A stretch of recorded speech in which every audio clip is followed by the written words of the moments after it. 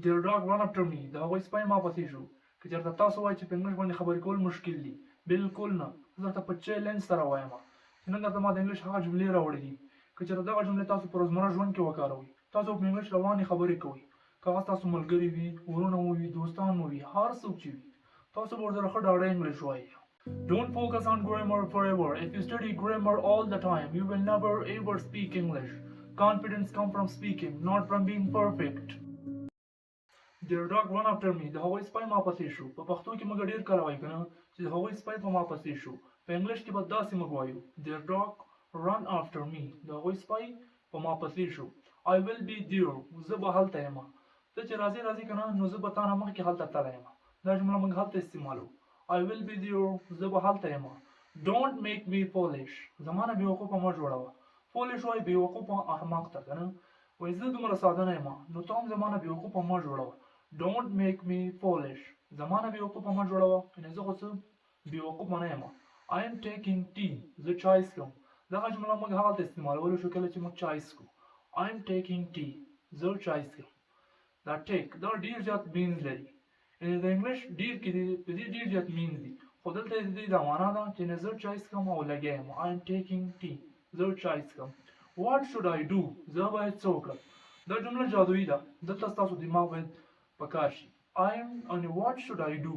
زه باید څه وکړم؟ کله چې یو مسله وي یا بل هر څه چې موږ ته پېښ شي که نه موږ به د ځان سره وایو یا بل چا ته وایو که نه چې زه اوس باید څه وکړم؟ اوس باید څه وکړم؟ هر کله دا جمله موږ استعمالولی شو. What should I do? زه باید څه وکړم؟ یعنې ما ته څه کول پکار دي؟ Their house is behind the mosque. ته چې چا تپوس کوي که نه د هغوی کور د مسجد شاته دی. Their house is behind the mosque. د هغوی کور د جومات نه شاته دی. یعنې څوک چې ته غواړې که نه د هغوی کور د جومات شاته دی. هغوی به په کور کې وي ځکه چې د هغوی کور پوښتنه تا وکړه نو د هغوی کور د جومات شاته دی. داسې موږ دا استعمالولی شو. Their house is behind the mosque. د هغوی کور د مسجد شاته دی. We should lock the front door. موږ باید مخکینۍ دروازه بنده کړو. هغه د مخکې چې کومه دروازه ده که نه موږ باید هغه بنده کړو. should باید یو کار وشي. lock بندولو ته وایي. We should lock the front door. موږ باید مخکینۍ دروازه بنده کړو. You might know that. کېدای شي تاسو ته پته وي. د دې دا مطلب دی که نه وایي کېدای شي تاسو ته پته وي. څه چې زه تا ته وایم که نه کېدای شي تا نه دې ته مخکې علم وي. You might know that. کېدای شي تاسو ته پته وي. د پخوا نه کېدای شي تاسو ته پته وي. یعنې راځه چې څه وایم. One day I will shine like a sun. یو ورځ به زه د لمر په شان ځلېږم. تاسو انګلیش ژبه زده کوئ یا بل څیز وي که نه په دې کې هار مه منئ. دا مه وایئ که نه ځان ته په دماغو کې هر وخت دا خبره کوئ چې یو ورځ به زه د لمر په شان ځلېږم. لمر څومره سختي تېروي چې ځلېږي. تاسو هم چې سختي تېرې کړئ همداسې به وځلېږئ. One day I will shine like a sun. یو ورځ به زه د لمر په شان ځلېږم. I miss my parents. ما ته مې مور و پلار یادېږي. یعنې تاسو په عرب کې وي د خارج یعنې مسافري ژوند وي یا بل چېرته په سفر وتلي بیا وایي چې یاره مور و پلار مې راته یادېږي. په انګلیش کې به ډېر په اسانۍ وایي I miss my parents. ما ته مې مور و پلار یادېږي. ته بیا وایې چې نه ما ته مې ورور یادېږي. I miss my brother. ما ته مې ورور یادېږي. داسې ډېر زیات استعمالولی شي. You are right. ته په حق یې. څه چې څه وایې که نه بلکل په حق یې. یعنې ته په حق یې. You are right. ته په حق یې. د دې right means چې دی که نه صحیح. یعنې ته صحیح یعنې ته په حق یې. I know. زه پوهېږم. ما ته دا بار بار مه وایه ځکه چې زه په دې باندې پوهېږم. I know. زه پوهېږم یعنې ما ته د دې علم شته او زه پوهېږم. You look like your brother. ته د خپل ورور په شان ښکارې. یعنې ته خو داسې لکه ستا ورور چې ده. You look like your brother. ته د خپل ورور په شان ایسي. یعنې د خپل ورور په شان باندې ښکارې. I might eat meat. زه ممکن غوښه وخورم. یعنې زه کله چې پکنیک تاسو سره ځم که نه نو هلته ممکن زه غوښه وخورم. یا مور ته موبایل کې چاته وایي که نه چې زه هلته ممکن غوښه وخورم. I might eat meat. زه ممکن غوښه وخورم. How is the weather in your area? تاسو په علاقه کې هوا څنګه ده؟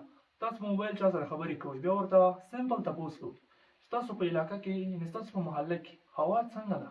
How is the weather in your area? ستاسو په علاقه کې هوا څنګه ده؟ Do you know about that? آیا ته په دې اړه پوهېږې؟ آیا ته په دې اړه پوهېږې چې زه انګلیس زده کوم؟ آیا ته په دې اړه پوهېږې چې ما موبایل نوی اخیستی دی؟ دا جمله موږ هلته استعمالولی شو. Do you know about that? آیا ته د دې په اړه علم شته؟ آیا ته د دې په اړه پوهېږې؟ دا موږ هلته استعمالولی شو. I can't hear. زه نه اورم. یعنې په موبایل کې د چا اواز تاسو ته خراب راځي بیا ورته وایئ چې یاره زه ستا اواز صحیح نه اورم. I can't hear. زه ستا اواز بشپړ یعنې صحیح نه اورم. How was the situation? حالات څنګه وو؟ ته چې هلته تللی وې که نه نو حالات څنګه وو؟ موږ ته د دې باره کې ووایه. How was the situation? حالات څنګه وو؟ دا سچویشن ویل کېږي حالاتو ته. Situations د سپیلنګ ته پام وکړئ. دا وایي حالاتو ته، یعنې هلته حالات څنګه وو. I could not stay there.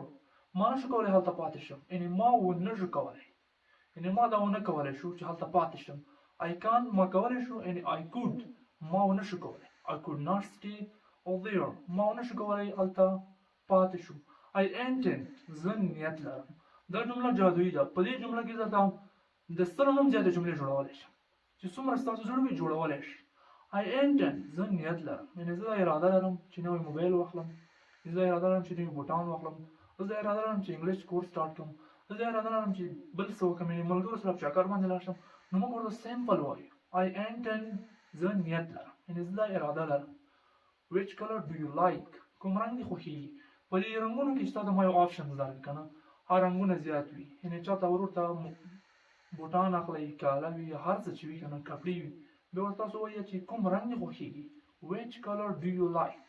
کوم رنګ دې خوښېږي. دا جمله هم ډېره زیات استعمالېږي ځکه موږ تاسو ته راوړې ده.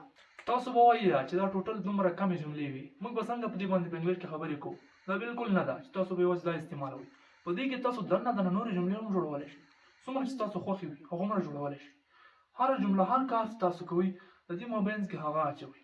همداسې ورته ویلی شئ لکه which color do you like کوم رنګ دې خوښېږي.